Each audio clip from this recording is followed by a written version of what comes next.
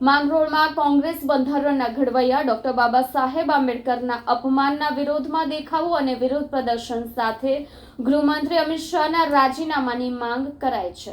માંગરોળ મામલતદાર કચેરી ખાતે દેશના ગૃહમંત્રી અમિત શાહે ડોક્ટર બાબા સાહેબ આંબેડકરનું અપમાન કર્યાનો આરોપ લગાવી કોંગ્રેસના આગેવાનોએ દેખાવો અને વિરોધ પ્રદર્શન કરી ગૃહમંત્રીના રાજીનામાની માંગ કરી હતી।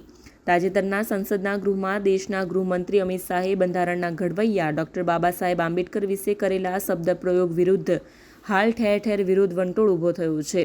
રાજધાની દિલ્હીમાં કોંગ્રેસ પાર્ટીના વરિષ્ઠ આગેવાનો દ્વારા હાલ દેશના ગૃહમંત્રી અને સરકાર સામે આંદોલન કરવામાં આવી રહ્યું છે અને આ આંદોલન દેશના તમામ રાજ્યોમાં શરૂ થયું છે।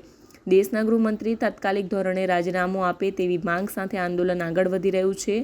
ત્યારે માંગરોળ તાલુકા મથક ખાતે કોંગ્રેસના આગેવાનો અને દલિત સમાજના આગેવાનોએ એકત્ર થઈ દેશના ગૃહમંત્રી અમિત શાહ વિરુદ્ધ દેખાવો કરી વિરોધ પ્રદર્શન કરી ભારે સૂત્રોચ્ચાર કર્યા હતા અને માંગરોળ મામલતદાર કચેરી ખાતે આગેવાનોએ પહોંચી ફરજ પરના મામલતદારને એક આવેદનપત્ર સુપ્રત કર્યું હતું।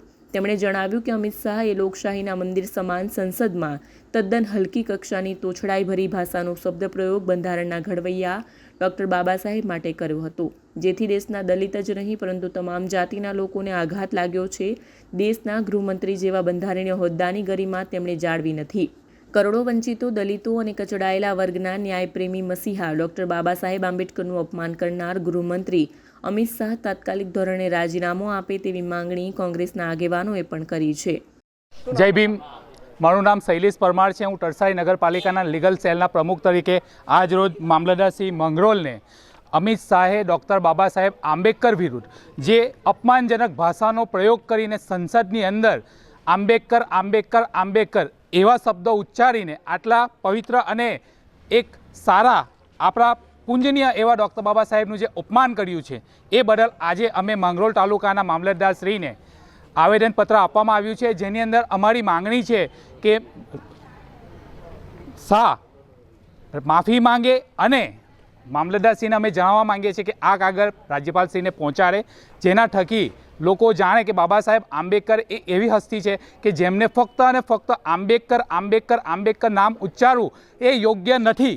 મારું નામ ધીરજભાઈ છીતુભાઈ પરમાર, હું માંગરોળનો રહેવાસી છું।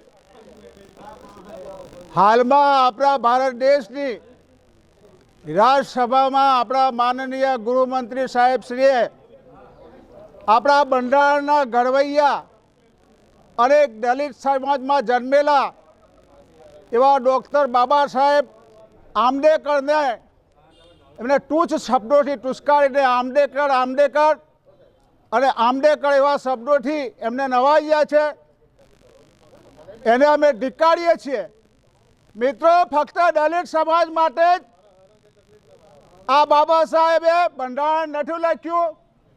અહીંયા તમામ ઉપસ્થિત ભાઈઓ બહેનોને મારે વિનંતી છે કે બાબા સાહેબ ફક્ત દલિત સમાજના નહોતા, એમણે આ ભારત દેશના તમામ કચરાયેલા એસસી એસટી ઓબીસી માઇનોરિટી અને કચરાયેલા તમામ વર્ગના માટે એમણે બંધારણમાં તમામ જોગવાઈ કરી છે।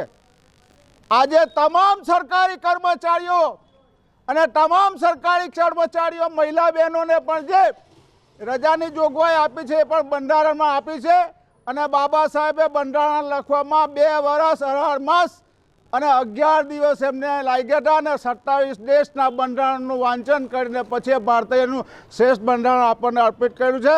જય ભીમ, જય ભીમ।